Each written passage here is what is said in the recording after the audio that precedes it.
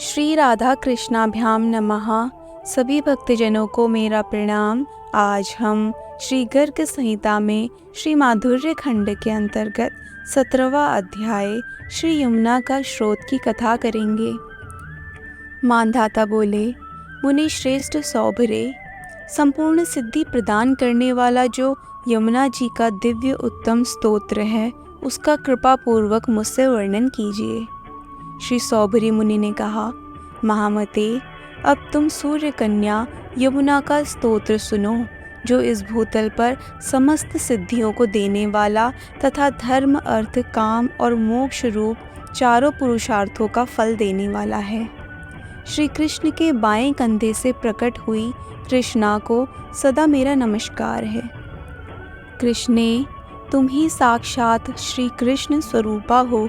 तुम ही प्रलय सिंधु के वेग युक्त भंवर में महामत्स्य रूप धारण करके विराजती हो। तुम्हारी उर्मी उर्मी में भगवान कूर्म रूप से वास करते हैं तथा तुम्हारे बिंदु बिंदु में श्री गोविंद देव की आभा का दर्शन होता है। तटिनी, तुम लीलावती हो, मैं तुम्हारी वंदना करता हूँ। तुम घनीभूत मेघ के समान श्याम कांति धारण करती हो। श्री कृष्ण के बाएं कंधे से तुम्हारा प्राकट्य हुआ है।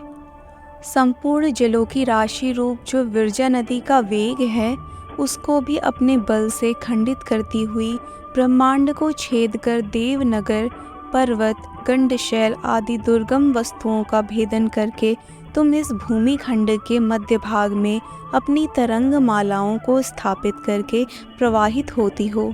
यमुने, पृथ्वी पर तुम्हारा नाम दिव्य है।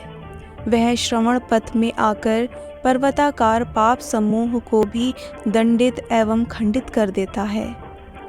तुम्हारा वह अखंड नाम मेरे वांगमंडल वचन समूह में क्षण भर भी स्थित हो जाए, यदि वह एक बार भी वाणी द्वारा ग्रहित हो जाए तो समस्त पापों का खंडन हो जाता है। उसके स्मरण से दंडनीय पापी भी अदंडनीय हो जाते हैं। तुम्हारे भाई सूर्यपुत्र यमराज के नगर में तुम्हारा प्रचंडा यह नाम सुदृढ़ अति दंड बनकर विचरता है। तुम विषय रूपी अंधकूप से पार जाने के लिए रस्सी हो, अथवा पाप रूपी चूहे को निगल जाने वाली काली नागिन हो, अथवा विराट पुरुष की मूर्ति की वेणी को अलंकृत करने वाला नीले पुष्पों का गजरा हो, या उनके मस्तक पर सुशोभित होने वाली सुंदर नीलमणि की माला हो। जहाँ आदि कर्ता भगवान श्री कृष्ण की वल्लभा गोलोक में भी अति दुर्लभा, अति सौभाग्यवती अद्वितीय नदी श्री यमुना प्रवाहित होती हैं, उस भूतल के मनुष्यों का भाग्य इसी कारण से धन्य है।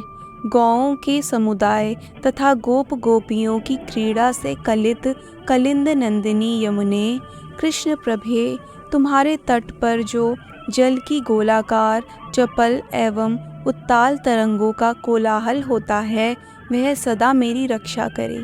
तुम्हारे दुर्गम कुंजों के प्रति कौतूहल रखने वाले भ्रमर समुदाय के गुंजारव, मयूरों की केका तथा गूंजते हुए कोकिलों की काकलिका का शब्द भी उस कोलाहल में मिला रहता है, तथा वह ब्रजलताओं के अलंकार को धारण करने वाला है। शरीर में जितने रोम हैं उतनी ही जिह्वाएं हो जाएं, धरती पर जितने सिक्ताकर्ण हैं उतनी ही वाग देवियां आ जाएं, और उनके साथ संत महात्मा भी शेषनाग के समान सहस्त्रों जिह्वाओं से युक्त होकर गुणगान करने लग जाएं, तथापि तुम्हारे गुणों का अंत कभी नहीं हो सकता। कलिंदगिरी नंदिनी यमुना का यह उत्तम स्तोत्र यदि ऊषः काल में ब्राह्मण के मुख से सुना जाए अथवा स्वयं पढ़ा जाए तो भूतल पर परम मंगल का विस्तार करता है। जो कोई मनुष्य भी यदि नित्य इसका धारण अथवा चिंतन करे तो वह भगवान की निज निकुंज लीला के द्वारा वर्ण किए गए परम पद को प्राप्त होता है। इस प्रकार श्री गर्ग संहिता में श्री माधुर्य खंड के अंतर्गत श्री सौभरी मानधाता के संवाद में श्री यमुना स्तोत्र नामक 17वां अध्याय पूरा हुआ। जय जय श्री राधे कृष्ण।